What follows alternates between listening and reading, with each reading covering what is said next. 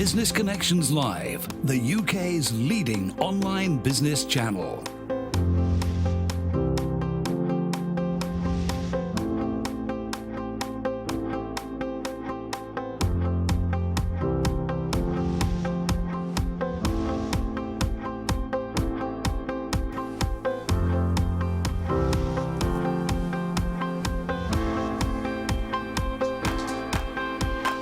This is Business Connections Live with Steve Hyland. Hello there, welcome along. This is Business Connections Live, the program for entrepreneurs, SMEs and business owners. Now, we've got a great show for you today. We're going to be talking about the 3 mistakes that undermine your return on investment from your marketing. I mean, we all do it. We've all got to do it. Marketing is pretty fundamental within any business. Are you doing it effectively? And are you really getting your money back from the effort that you put into it? That's what we're going to be talking about today. And also some ideas where you can increase your ROI from your marketing. Joining me in the studio is David Holland. He's the CEO and founder of Exceller the Limited. I said that right, didn't I? Exceller. Exceller. David, lovely to have you on the programme. Lovely to be here. And it's interesting because the way I got to find out about you was by your outbound marketing. I must have filled some form in somewhere at some stage, and I started receiving all sorts of interesting tidbits from you over a period of time.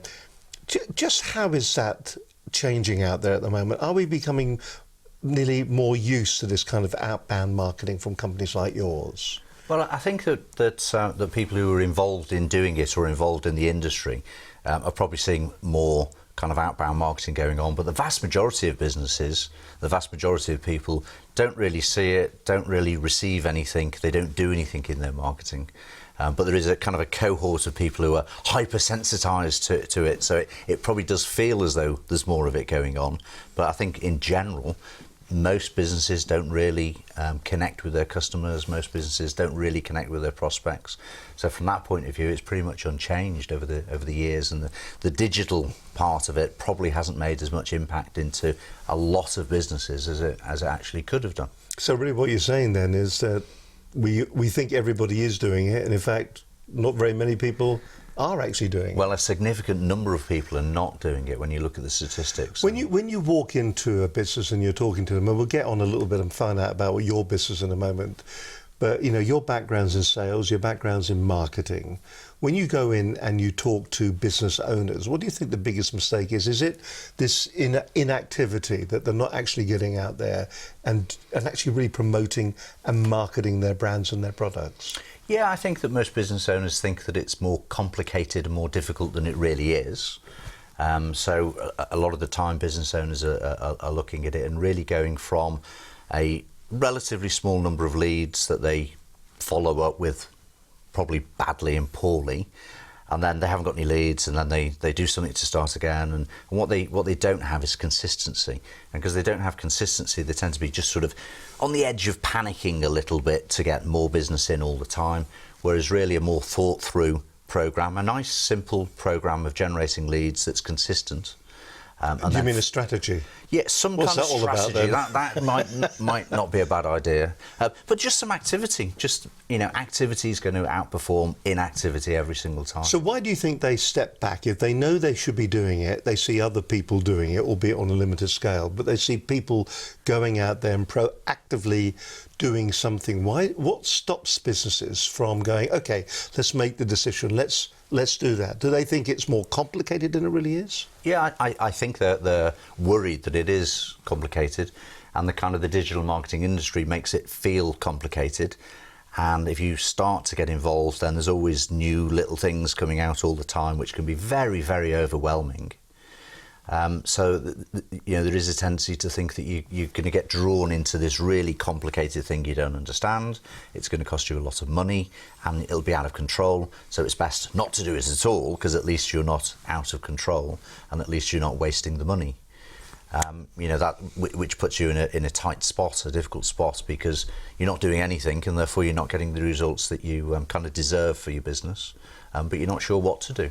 Let's define the things then that we're going to be talking about today. Obviously, we're going to be talking at some stage about autoresponders, but what are the core messages that people will get out of today's programme, do you think? Well, the thing to think about, in my view, is I'd really like to have a list of prospects who have some interest or could be interested, the right sort of people that may well be interested in what I do, and at some point in time they would value what I actually do. So I've got the list, and then I'm just going to communicate with those people, giving them as much value as I possibly can until the point those people are actually now interested to buy. So I really want to have the buyer buying when they're ready, rather than me selling and pushing and cajoling. You know, that's an uncomfortable experience for any of us to feel. What's better to have is simply, you know, a relationship with a relatively large number of people who know we exist, and when they're ready, they'll put their hands up and say, "Tell me more." And that's what we're trying to achieve. And I suppose that's the biggest mistake that marketeers have, isn't it? Just because we are marketing, just because we are promoting, just because we are telling you what we do, doesn't mean that that is the right time for you as a customer to buy. Yeah, right. You get a great story about the painter decorator, which I think really highlights the whole thing. Just you know, condense the story a bit. Okay, well, it was just an example that we were chatting about. Yeah. You know, if I was setting up a painter decorator business, then what I could do all sorts of different and sophisticated things. But one of the things that I might do, and probably in the old days that people would have done, would be to just drop leaflets through the doors of all my neighbours. You know, and my neighbours might be a couple of hundred houses, there might be 500 houses, there might be 1,000 houses. But whatever my neighbourhood is, if I was just to drop leaflets every month, for example, through the doors, everybody would know that there's a local painter decorator, they live just around the corner, and they can drop in and, you know, give me a quote and be available whenever I need it.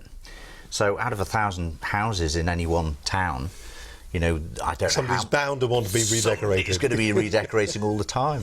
And I didn't need to do anything sophisticated to do that. I just needed to cover the local area, keep it really simple.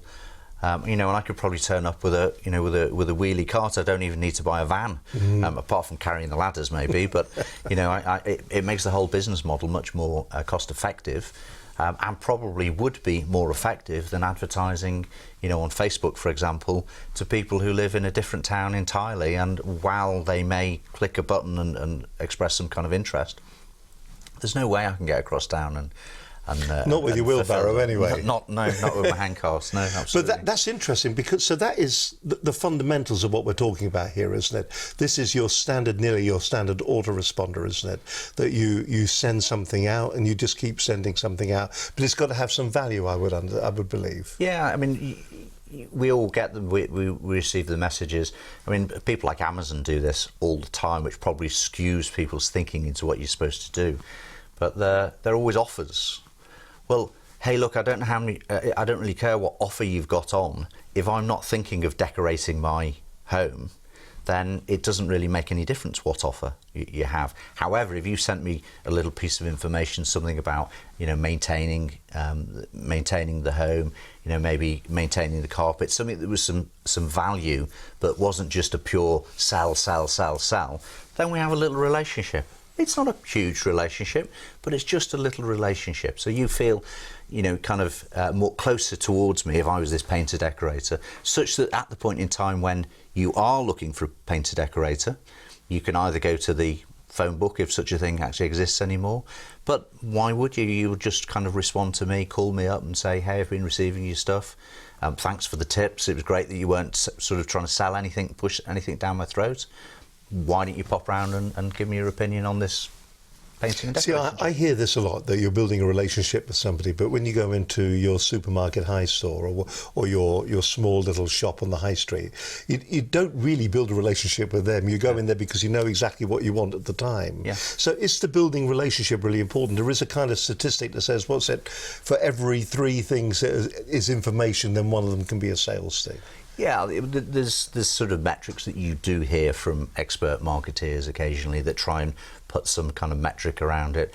But the reality is that you have conversations with friends. So you're not just continually offering and selling to friends, you're just having conversations with friends. So you could walk in and in the morning, having seen something on the news, type a little email and send that out to your list, your contacts. And it doesn't matter how often and how how many of those that you do. The reality is, when that comes to my inbox, in this case, if it was an email, if over the weekend my wife had mentioned the fact that we need to redecorate something, then I'll respond to that. You know, whatever that is, it doesn't need to be an offer. It's the relationship and nurturing that relationship. And again, people are a bit worried about it because it seems complex. It seems difficult to do. It seems like it's very time consuming. If you look online, if you're looking for the different systems that are out there, we've got Infusionsoft, or as some people call it, Confusionsoft. You've got that. You've got ActiveCampaign. You've got Aweber. You've got well, there's a host of them, aren't there? MailChimp and all of those. Well, MailChimp, a lot of people are using because it's a great introduction into it. Yeah. Do you think fundamentally that people are actually using that they know what the tools can do, but they use them wrong? I think that sometimes they're misused and used wrong, but most of the time they're not really used enough, because people are... Is there too much? Too much what? Well, to use them too much. I think it's difficult they're only tools. Okay, so the tool will convey the personality and the message and the relationship. So if it's not so much the tool that's doing it too much, it's the business. So how often should you send an email to a list of people who have an interest in what you do? Well, as frequently as you've got something useful to say to them. You know, and if that's every day, then say something every day. You know, if we went for a drink after this show, Steve, and we stood in the bar... Very nice of you, by the way. No problem, on me. If we were stood in the bar and I was to say to you, well, I'm not going to talk to you for 5 minutes because I've now been speaking too much, that would be weird. Whereas if I didn't have anything to say and we just sat there for a few moments, then that's perfectly natural. So it's just whatever you're comfortable with. But the relationship and building the relationship and having conversations with people, even though there might be one-way conversations most of the time, you're just sending an email with some insights and not necessarily always about what you do for a living. It's perfectly fine to, you know, express an opinion about something that's going on in the world with your tribe, with your crowd, with your kind of fan base. People will simply just ignore it and delete it if they're not particularly interested in what that particular email. Then that's all good. So these tools, they're only tools to allow us to express ourselves and build the relationships. So it's not the tools that do it too much. And actually, I think it's the majority of the business owners that don't do it enough, don't communicate enough about the value of what they can offer the community. My guest on today's show is David Holland, and we're talking about getting an ROI, return on investment, from your marketing. And if you're not doing that at the moment, I mean, very interesting. We all receive these ongoing emails. I mean, I don't know, how do you feel when they land in your inbox? Have you signed up on a particular list and all of a sudden you're receiving a whole load? And what kind of message are they conveying to you as well? The message that you receive, is it a message that is forever selling? I mean, what's the old expression, ABC, always be closing, but is it that kind of sales message all the time, or is it good advice for your particular circumstance that you're in? Is that what you're getting, so that you actually feel that the information that you're getting is of value to you in your day-to-day life, and then occasionally an offer will come along or something will come along that will seem to add value to the proposition or to the conversation that you're having? I suppose if we go back to the pub analogy once again, that's like standing in a pub, you're having a chat, and then at some stage somebody will say, well, you know, would you like a drink? It's that kind of nearly punctuation in the conversation. The crew are now saying to me, well, that's very nice of me. It's not going to happen, trust me. You're watching Business Connections Live. My guest on today's show, David Holland, we're talking about getting a decent ROI on your marketing. Right, let's go back a week. On last week's show, we were talking to Darren Chapman. He's a cybersecurity specialist, about using cybersecurity as a differentiator for your business. It was a good show, actually some really good advice on the programme as well. The problem is, I mean, we've had GDPR over the past couple of weeks, probably something that we'll touch on again on today's programme. But cybersecurity, your data, the data that's inside of your organisation, your business data, the data around your customers, about the things that allow your business to continue operating, that continuity of business. Cybersecurity is an important place. Where do you put it? Do you keep it on a server in-house, or do you put it up in the cloud? And what are the risks depending on which way you do it? It was a good show last week. Let's go back to last week's edition of Business Connections Live.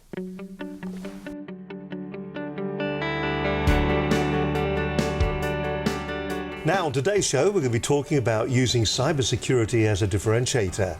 Now, joining me in the studio is Darren Chapman. He's a cybersecurity specialist. Quite often there's a lot of assumption. So there's assumptions around, for instance, that it's just an IT issue.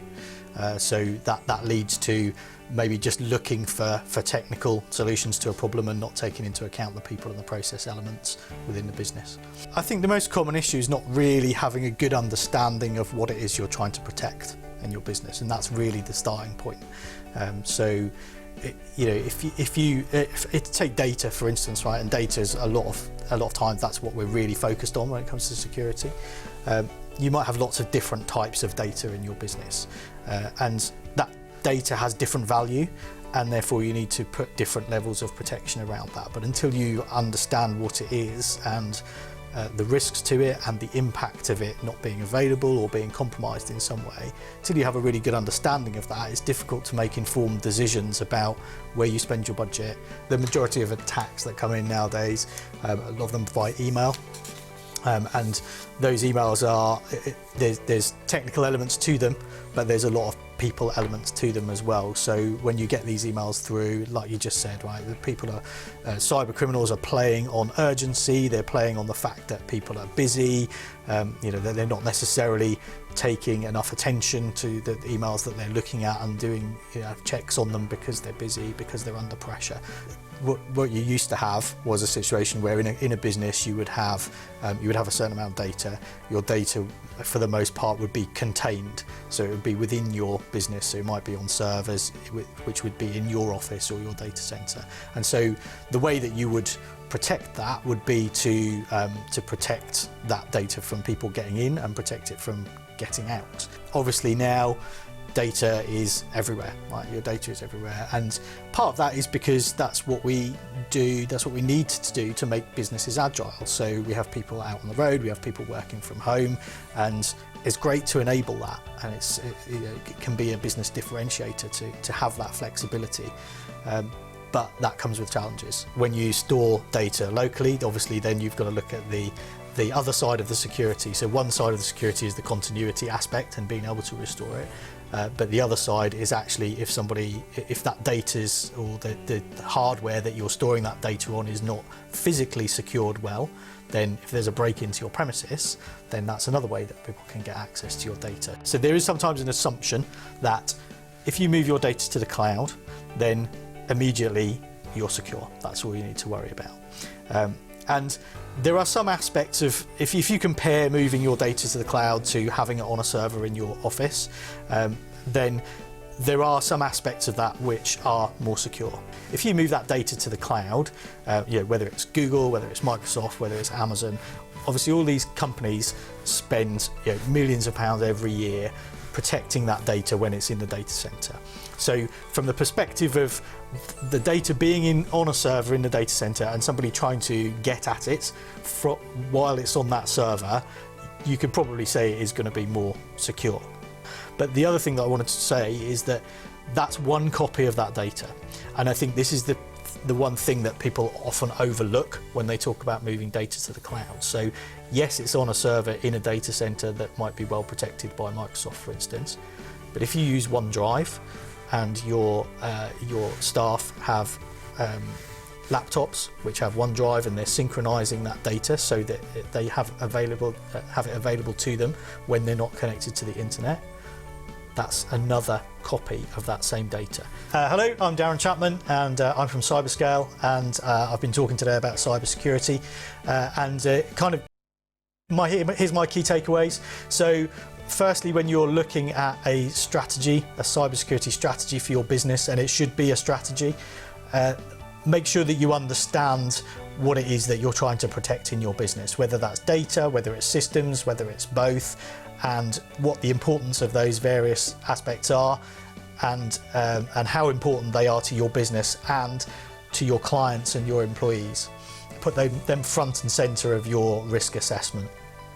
Put things in place based on risk.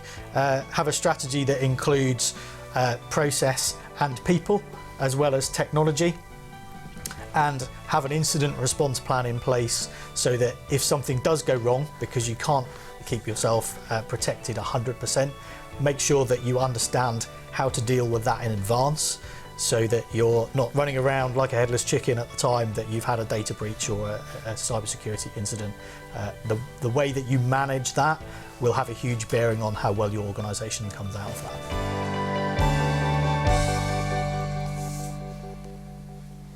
Darren Chapman from last week's edition of Business Connections Live, a really good show on cybersecurity.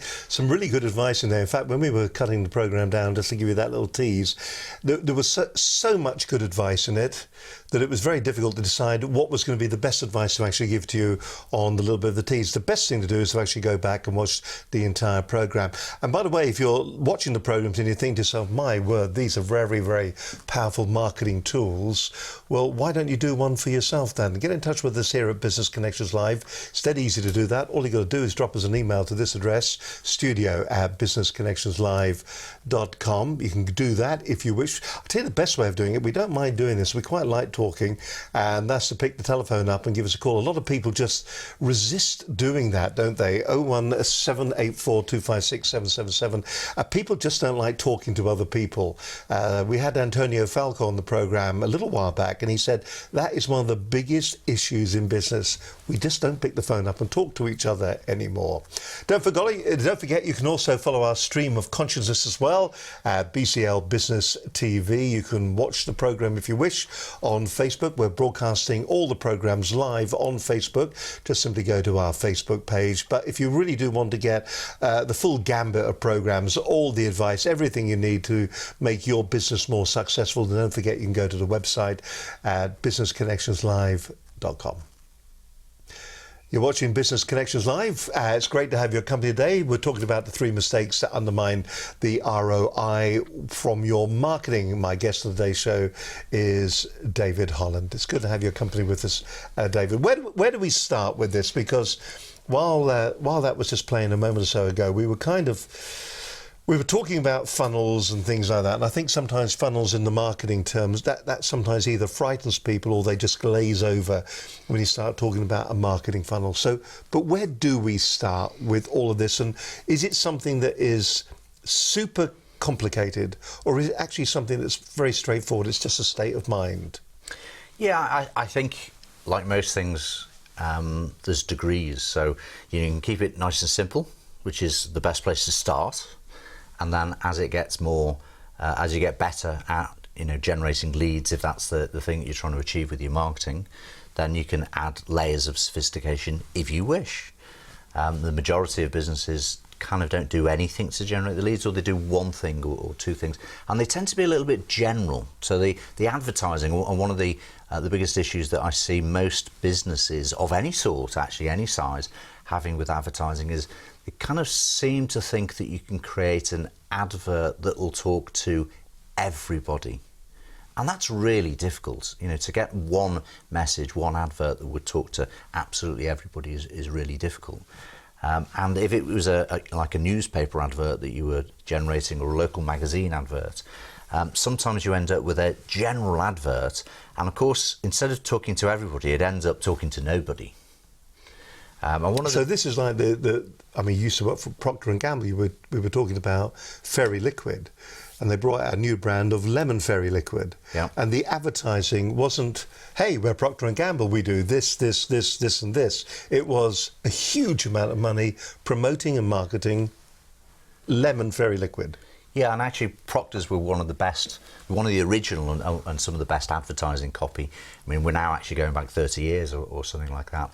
But if anybody can remember the Procter's advert, then they may well remember it was just a woman in a kitchen. So although the branding, the advertising was actually talking about and to the individual who was the target prospect, as opposed to Fairy Liquid, it was really focused in on the avatar, the individual that you were looking for. So if you recognise that character in the advert, if you thought, yeah, that's me, then you'd go and look for very liquid lemon in the supermarket. And we can take that 30-year-old kind of marketing practice and bring that forward and say, okay, so I'm looking for people who might be interested in my painter and decorating businesses, to carry that analogy forward. I've got a number of people who I might want to communicate with. So it might be blokes who are at work and are too busy to do it. So I would start a conversation about that. It might be women who are at work and too busy to do it. But I would talk to, and I'm sure you would too, women and fellas differently. There'd be a different conversation going on there. And the reality of the funnel, as we kind of mentioned, is at the top of the funnel, what we really want to do is talk to our prospect, and it's all about them. So we've got to figure out... Not about us. It's not about us at all. They have no interest in us. They want to talk about them. It's best not to mention us. It's best to just be having a conversation about them and their needs and who they are.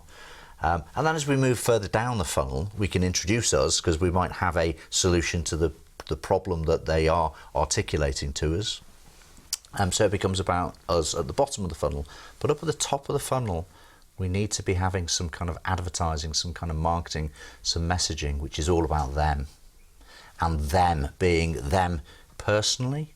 So the adverts need to really call out the individual you want to communicate with. So the advice then you would get, and this is interesting because I've heard this but from somebody else as well, who has said, it is an absolute targeted thought as opposed to a general buckshot effect. Yeah. We talked there about the painter and decorator. And of course, the painter and decorator, the service that he will provide will be painting, wallpapering, and, well, there's two services, painting and wallpapering. Maybe what he should be doing is, I'm a great wallpaper. So maybe for a month of his promotion, if you'd like your new wallpaper put up, if you want some of the wallpaper, if you don't like wallpapering, I will come and wallpaper. And then the following month, if you want someone to do the painting, I will paint. I'm a great painter. Do you see what I'm trying to get at? That very specific way of getting right down to it. For instance, what we do here, we do this, we do corporate production, we do events, but they're not all for the same audience. Yeah. So you target the message for the audience. And of course, nobody's saying you only have to do one thing at one time. So you can do multiple things. You just can't have multiple messages going to the same target audience or the general audience. But, you know, if you called out specifically, if you are being nagged to do the hanging wallpaper and you're absolutely rubbish at hanging wallpaper, and you spend more time stripping off the old wallpaper and putting it back on because of all the bubbles that you've got in it, then I've got the perfect solution for you. Painting.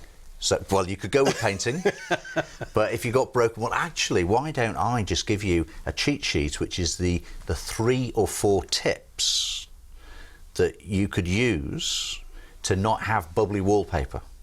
Right. Okay, well, I wasn't thinking of employing somebody to hang my wallpaper, but I really do like the idea of having the 3 secret tips that professionals use. So I'm going to download that. I'll give you my email address. Then it arrives in my inbox. I read that and I think, yeah, that was good information. I'm still not going to get around to actually hanging any wallpaper this weekend because I don't actually need to just yet. And then another email maybe arrives saying, how are you getting on with hanging your wallpaper?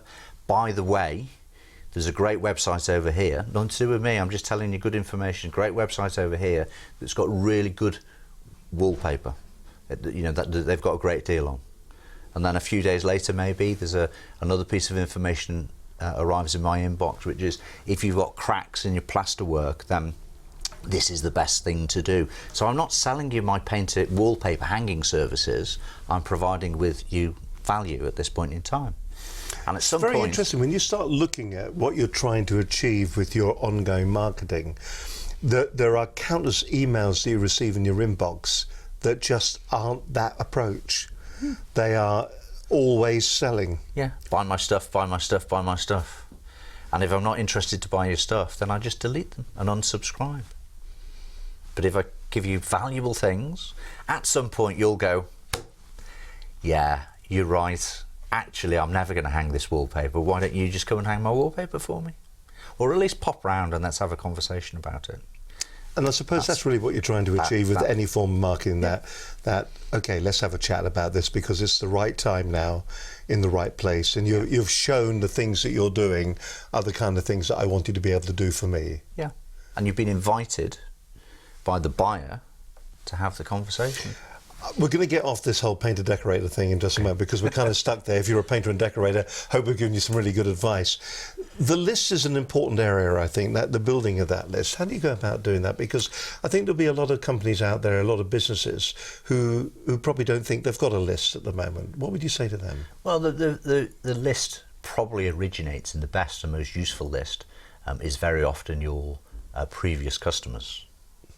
So another one of the mistakes that many businesses make is they don't communicate back with their existing customers who we've got a relationship with, and maybe it's time to tell them about some of the other things that we do.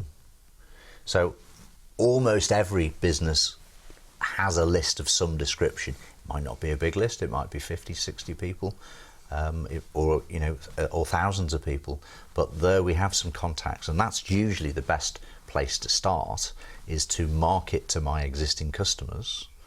The majority of people get out of the habit from buying from somebody, so really through neglect.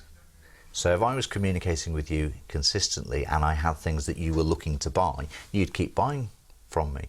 But if I don't communicate with you for 2, 3, 4, 5 months, then you just go back to the market and look for another solution.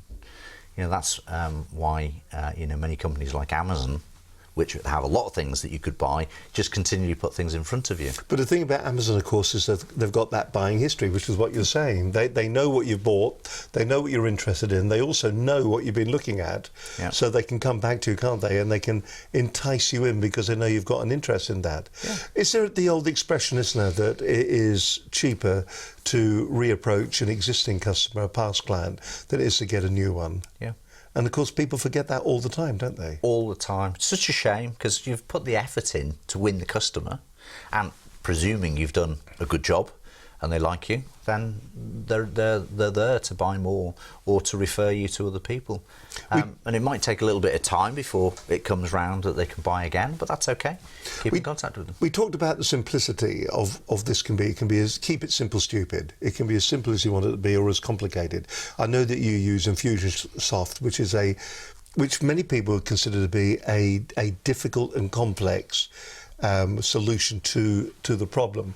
Already they're going into this and they're thinking to themselves, I actually want to be doing some form of automatic marketing to people, if that's the wrong expression, but that's what I want to use. I want to use a system that will continue doing this and give the impression that I am constantly talking to people on a regular basis. So they look at Infusionsoft, but the Infusionsoft itself does, or any of the packages, do they get in the way of actually getting on and doing it? Yeah, they can do. There's the tool sets. So all the packages, Infusionsoft is probably the most complete tool set out there, but it is a tool set.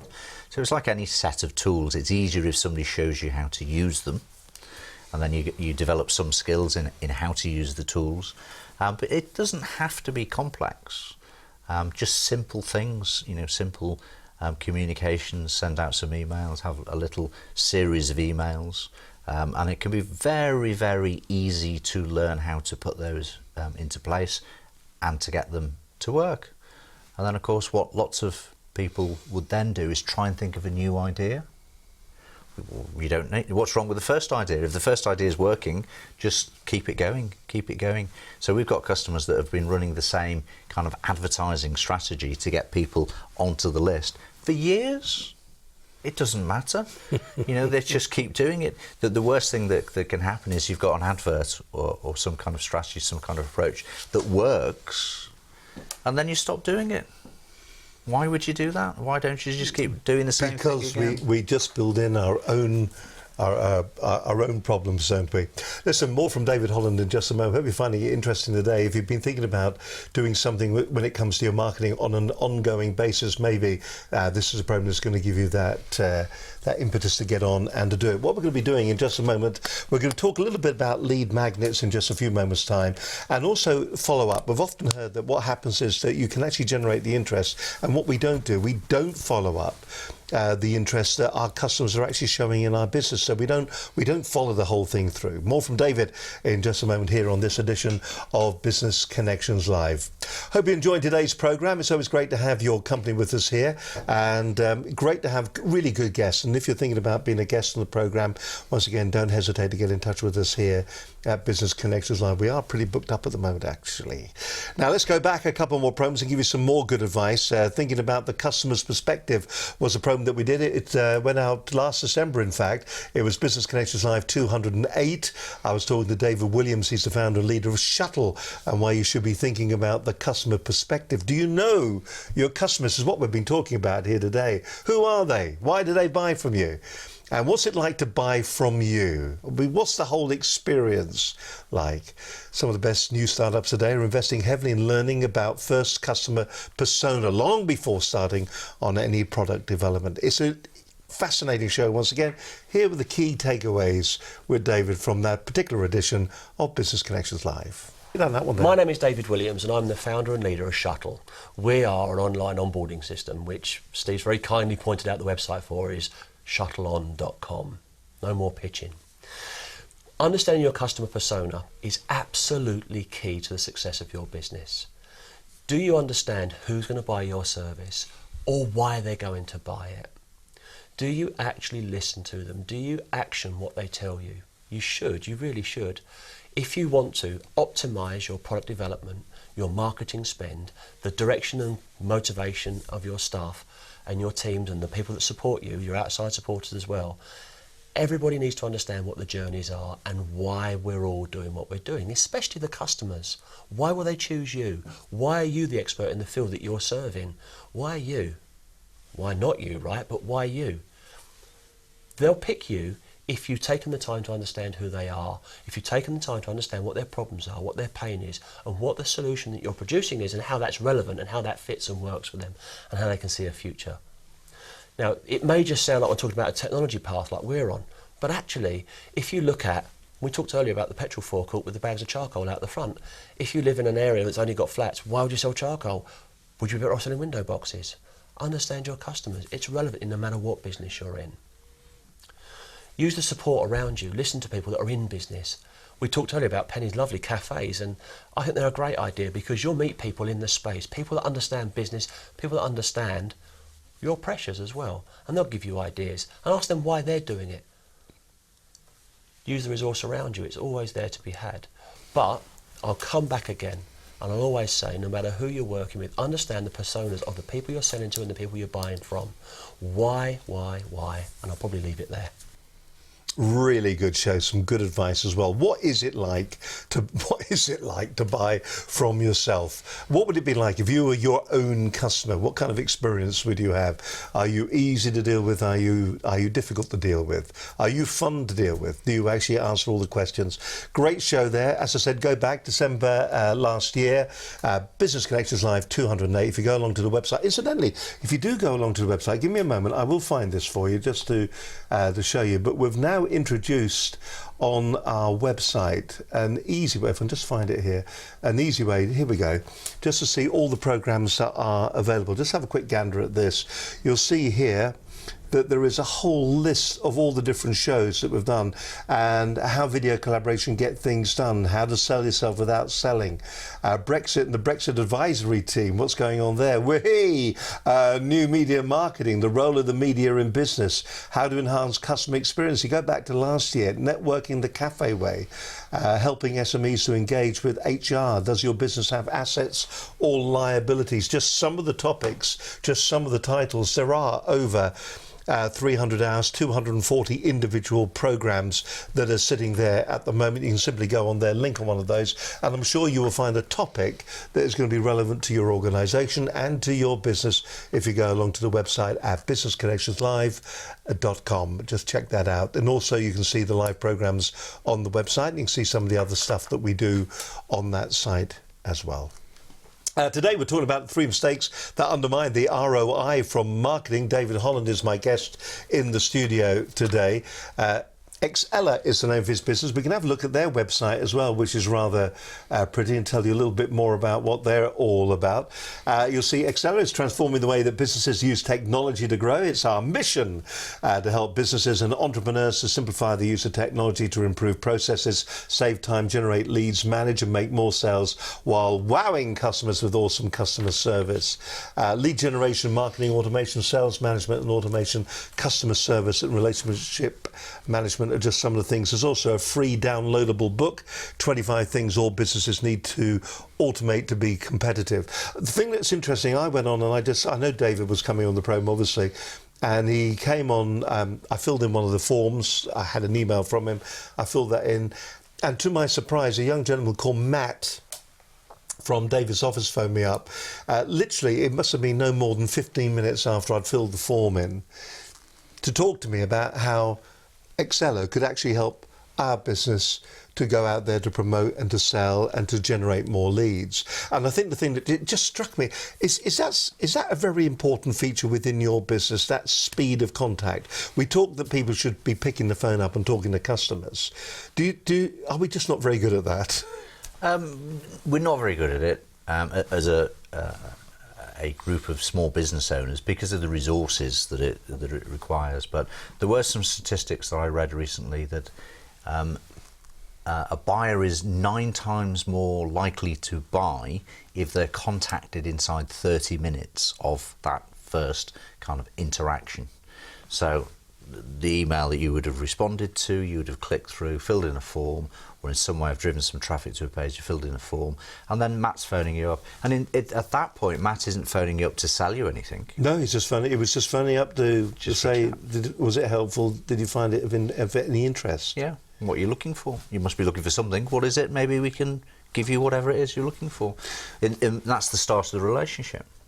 And then maybe later on, he'll phone you again and see how you're getting on, and at that point say, well, maybe automation would help you. And if so, then we can help you with that. If you had a different requirement, then he would qualify out and not bother you anymore.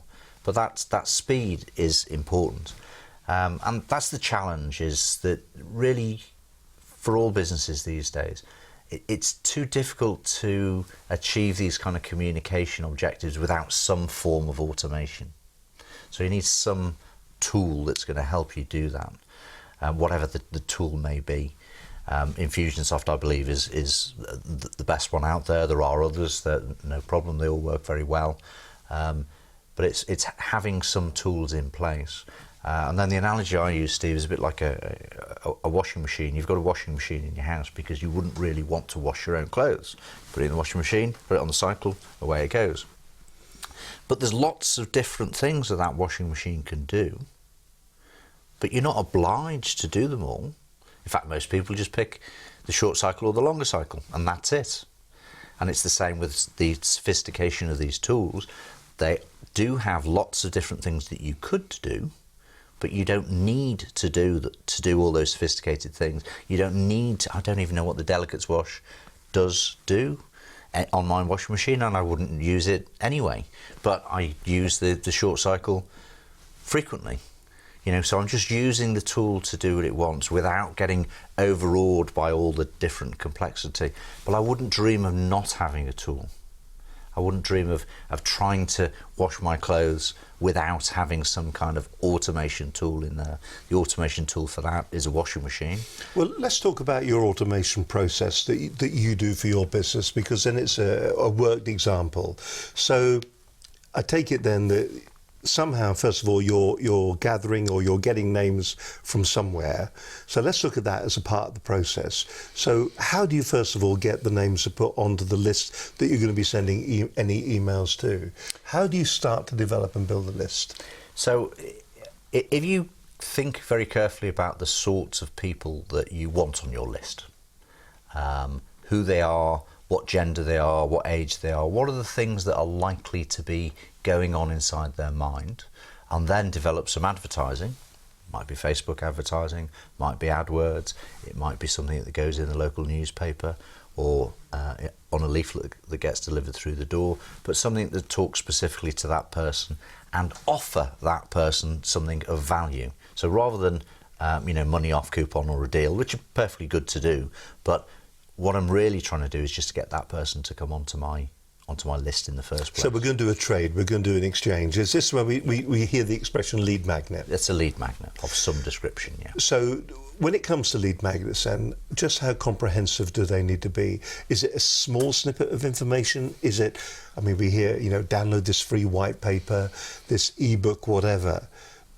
What constitutes an effective lead magnet? An effective lead magnet is anything that people will download. Simple as that. So while you could spend a lot of time writing white papers and ebooks and things like that, generally the audience doesn't particularly want to read those. So, a checklist of the 3, 5, 7 things, the most important things, which is a single sheet of A4 paper, is perfectly good. And actually that probably is the right thing for many, many businesses. So let's say I had 7 particular things that you're interested in because I've figured out the sort of person you are and what you're looking for in this subject matter category. So it's not an offer about my business. You download that, and then not only have I got the lead magnet delivered to you, but when you think about it, I can now send you a follow-up email about point number 1. And then a little bit later I can send you an email about point number 2. So by just writing down the 7 most important things that I as an expert think that you may want to know, I've got my lead magnet and I've got my follow-up campaign. Now, if a small business owner cannot write down 7 things that they know that the prospect doesn't know, I'd be amazed. Usually they've got 50, 60 things that they know that the prospect doesn't know. So it's really easy to just generate a lead magnet that people would be interested in. And a follow-up campaign to it. And a follow-up campaign. Now we use the tool to make it easy to make a nice sort of landing page where people can go and put their email in. We need a tool to help us do that. We don't want to be writing code or going to a web designer to do that. So we just need a tool that makes that very simple. And then we need a tool that sends the follow-up emails. How do we drive people to that page? I mean, this is going back to basic web technology, SEO and all that kind of stuff. Or are there any tips or tricks or hints that you can give people to drive people to a page where they can sign up? Or are there other routes? For instance, everybody has a LinkedIn profile, don't they? Is there a way they can use that perhaps in this? Yeah, I mean, if we talk about LinkedIn as a particular example, so LinkedIn works quite well for business to business. Okay, it's set up as a business to business network. But obviously everybody that's in business on LinkedIn, they're also human beings and individuals and consuming as well. But for a LinkedIn profile, for example, most people have the LinkedIn profile set up to look a little bit like a CV, almost as like you're looking for another job. But if you're a business owner and you're not looking for a job, then your LinkedIn profile perhaps should explain to people who are looking at it where you might add value to them. And that's effectively a landing page, a little link on there that can go to a web form where they can download the free thing, the checklist I've just talked about. You could put that onto your LinkedIn page, your LinkedIn profile, and then anybody that's connecting with you and looking at your profile would see that, and there's your traffic. If you go to networking events, so go to networking events with a business card, maybe, that's got your name on it, which is the least interesting thing to me. Well, maybe if I had a business card that's set up to say, if you want the 7 things about such and such, go to this URL and download it. And of course it's got my name and contact details on the other side. But a lot of things that we do, we could use to drive traffic to a landing page. Let's call it a landing page where people can go, give me their contact details, and I'll give them something of value back. So we've now created a campaign, which is interesting. So we've got our landing page, we're collecting names, we're doing an exchange with our lead magnet, and now what we're doing is that we've now got our follow-up. It's our the 7 key tips that you need to know to breathe, and then you can follow that up at tip number 1, a little bit more detail about that. So really you're sending out a lead magnet that is the headlines, and then you've got the follow-up story. So that's 7. What do you do then at the end of a campaign like that? When do you sort of say, and by the way, I can offer this service? Is that part of those 7, or is that after those 7, or is that further down the line? It would sort of be towards the end of those 7, but maybe on email, if there were 7, maybe on email 4, 5 and 6 that you put in there, hey look, if you've got any questions for me, just email me back. And people can just email you back. Or I'll give you a call, give me your telephone number and I'll give you a call, whatever. You know, this is, while we are using a tool that allows us to do things at scale, we still want to appear human. And it's just a short email that I would write to you if I was typing it into Outlook or Gmail. That's the way I want you to think that it's arriving in your inbox. So it's just very human, and what I would say to you is just reply and I'll call you. Okay, so you just hit reply, yes please, and then we're then having a conversation. So marketing's finished at this point, and we're into sales.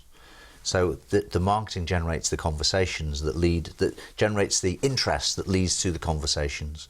And that's what we want to do, just human to human, but en masse, in order to do it at enough scale to drive the business forward and you know, grow the business. And what the real key and the real thing that unlocks for many people is if you can do this consistently, so you're getting a consistent flow of people who are interested in talking to you or to your sales team, suddenly sales is easy. Because instead of making outbound calls, I've now got people who are interested. Now, they won't all buy, but wow, the pressure goes off if I've suddenly got this consistency coming into the business. And to have the consistency, I just needed to be consistently doing things at the front end to consistently getting leads at the back end. Hence the automation. Exactly. Listen, more from David Holland in just a few moments' time. Hope you're enjoying today's programme. It is a bit of an insight. It's funny, I suppose, when we all look at autoresponders or these kind of these messages, a sequence of messages, all of a sudden it seems to be a lot more difficult. But what a great suggestion there. Your lead magnet really is the headlines of what you're going to be sending out afterwards. The 7 key points about how to breathe, the 7 key points how to walk through a door. Number 1, open the door. And then your first email that follows up your lead magnet is, we talked about opening the door, let's explain a little bit more about that. You've really got the content there, you're just repositioning what they already know, and you've already told them, but you're giving them just a little bit more detail. It's a really interesting way of progressing down the chain. And then to start that conversation, we're going to be talking about keeping in contact with existing customers and maybe starting some form of a love affair with these prospects that you have. When I say that, I mean in a business sense, not in a biblical sense. More from David Holland in just a few moments' time. By the way, thousands of you each and every month are downloading the programmes on iTunes. Our thanks for that. Thank you very much indeed. It's really very encouraging when we see that. By the way, the programme is available on Roku, it's available on Stitcher, it's available on Blueberry, of course, it's available on YouTube, it's available on Facebook. Please do leave comments. We go back all the time. We are looking at the different programmes and the feedback that we get from you. And we really do appreciate all of that feedback. So thank you very much indeed for doing that. By the way, if you do want to leave a review, if you want to help the growth of Business Connections Live, well then that's that easy. All you got to do is go to your iTunes account and then just enter a few digits here and there, find the program on your iTunes accounts, and then go to the tab that allows you to leave a comment. There you go, just view the program in iTunes, shows you how old this video is, at BCL136 on there. Find the ratings and reviews, click on that tab within your account. That'll then take you to the place where you can leave and write a review. Leave a 5-star review. Say how interesting you found David was today. Give him 5 stars, and that will help encourage other people as well to come along and to watch the program in the future as well. That's the way the algorithm works on iTunes. But once again, as I said, thousands of you are downloading the program each and every month on iTunes, and for that we say thank you very much indeed. You're watching Business Connections Live. My guest today is David Holland. He's the CEO and founder of Exceller Limited. They are a company that will help you put together a cohesive, profitable and effective campaign that runs using the likes of automation, but will help you generate sales and leads for your organisation or your business. Now, you may be thinking to yourself, we were talking a lot about interior decorators earlier on, and you have all the paperwork, you have all the equipment, you have everything there. You know you want to paper the wall, but you decide to call a painter and decorator in to come and actually do the painting and the decorating for you. You do the same for your clients as well, don't you? They may well have Infusionsoft in-house, they may well have another autoresponder technology, but you can come in there and you will help them do what? Well, the way that we kind of engage with customers at the beginning is we ask them what they're trying to achieve, and then my team of coaches have worked with 3,000-4,000 different companies over the last few years. So it would be kind of unusual for us to come across a company that, or the type of a company that we haven't worked with before, or come across an objective that we haven't kind of worked with before. So very often the coaches can just kind of build a campaign, a templated campaign, and often we can actually give you copy that can go into it. That's nice. With kind of a few clicks of the button. And now it might not be exactly your voice, and you might want to tweak things a little bit, but the coach can do that for you, or we can teach you how to do that. So that's, you know, very much the way that we like to work. It's a tool. We can teach you to use the tool, or we are happy to just use the tool on your behalf. You give us the instructions of what you're trying to achieve, and we can set it all up. Is it cost prohibitive these days? Because in the old days, Infusionsoft, and I know you're a big fan of Infusionsoft, that was an expensive buy-in, wasn't it? Yeah, I think a lot of the technologies in the old days were more expensive than they are now, so there's kind of deflation. A couple of things have happened. One is that in the old days that you had to buy kind of a big one, and there was only a big one for sale. And if you were, you know, a very small business, one person, two person, you were buying user licenses you didn't need.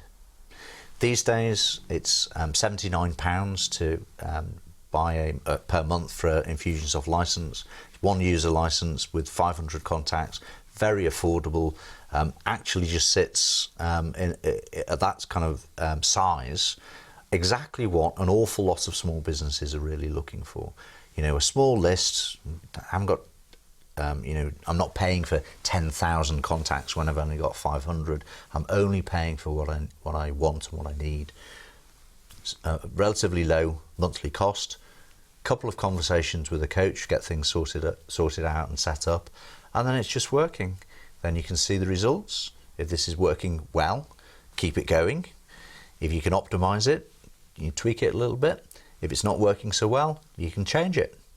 What is the differentiator, do you think, with Infusionsoft then? What is the thing that makes it stand, to a certain extent, maybe not head and shoulders, but definitely head above the others? What is the key thing that maybe you use in your marketing campaigns that makes it so different from the others?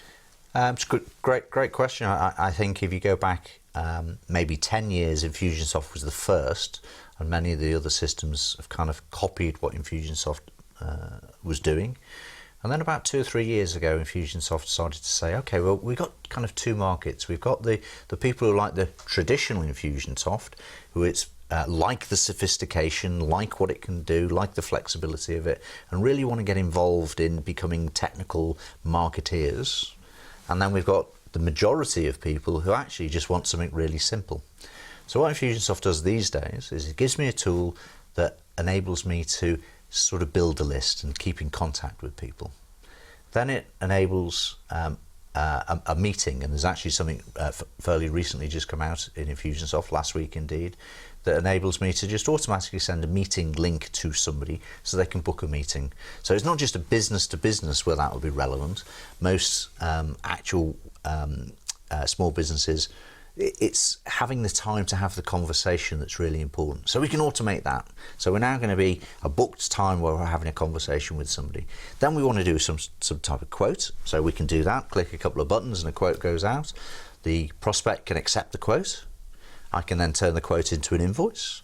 The prospect can pay the invoice. So I've really gone from marketing into sales, have the conversation, into billing, send out the quote and the invoice, and into collections, into collect the money. And that's the bit that Infusionsoft now kind of automates in a very easy to use, simple interface. We set it all up, so there's only a few kind of clicks of the mouse behind the scenes to get that set up. You only have to set it up once, and it can be used within an hour or two of buying Infusionsoft. People can actually be sending out emails, getting meetings, arranging quotes, sending out invoices, collecting payments. That whole process, which is the core of business really, can be done very simply. Works on a phone. You know, if you're mobile and working on a phone, you can do it on a phone. Works on a desktop, works on a tablet. And it's that kind of change of thinking process to make the essence of business that makes Infusionsoft, in my opinion, superior to anything else. Let's talk about keeping in contact with existing customers. Of course, that's the tool that's going to allow you to do that. And then the analytics that you get back. How important are the analytics that you get back? Analytics are great, but barely used by most people. And to a degree, that it's okay to not really use the analytics as much as you want. I did read something very recently. Most people have Google Analytics on their website, and most people never log into it and look at what's going on there. Okay, so analytics is good, but what we really want is the software to just do the right thing when people take actions. So it would be great if I knew that 22% of people had opened an email, or 15% have clicked on a link, but better if the software just does something with those 15% of people that clicked on the link. You know, so analytics there, and you know, most systems will track analytics, but it's really the insights or the intelligence. I'm careful of the word intelligence. Is not real intelligence. It's kind of set up logic as to what happens. Hey, if people have clicked on a link and read an article, then they're probably interested in the subject matter of that article. So why don't I follow up with some emails about that particular subject matter? I could look at the analytics of that, but better if you don't trouble me with the analytics, just let the software take care of it. And you know, that's really where we're going with analytics. You know, it's been a fascinating insight into what you can actually do with the automation. I think the thing that's come over for me today is actually the keeping it simple. It's the processes, making them as simple as you possibly can, but using the tools in an intelligent way. And I think sometimes when you've got a big box of tools, it can be a bit daunting how you're going to use them. Just getting started is probably the hardest bit, but once you're into it, you're away. Listen, we always ask our guests to look straight down that camera over there and to give us the key takeaways of the day, the key things that people should remember from our conversation that we've had. We always ask our guests as well to say who they are and where they're from at the very beginning. So who you are, where you're from, and the key takeaways from today's programme, straight down that camera there. Thank you, Steve. Yeah, I'm David Holland from Exceller Limited. The real key for me is we need a tool, we need some kind of automation to take care of the marketing and the sales that are going on in the business, as well as the invoicing and the follow-up. So have a tool, then use the tool nice and simply to get started. And what we're trying to do with the marketing concept that we're discussing today is to communicate with people, communicate with human beings, and continuously communicate with human beings, adding value until they put their hands up and say, yes, please, I am interested in the conversation now. And then we just follow up with that. So develop the relationship and continuously discuss and keep the relationship going with our customers and prospects. And that's what gives us consistency. Once we've got consistency, the stress and the pressure of running a business just eases a little bit, because we know we're going to get a continuous flow of new business and money coming in at the end of the month. You know, it's been an absolute pleasure having you on the programme. I found it really interesting. If you go and we have one final look at David's website, this is something that I think is really interesting, and it sums everything up. What their customers need, what David's customers want to achieve. They want to turn more leads into customers, make it easier and less time consuming to deliver personalised service, and get more repeat sales from existing customers. And what activities our customers want to do: follow up on customer requests, follow up with prospect customers, and manage and update information.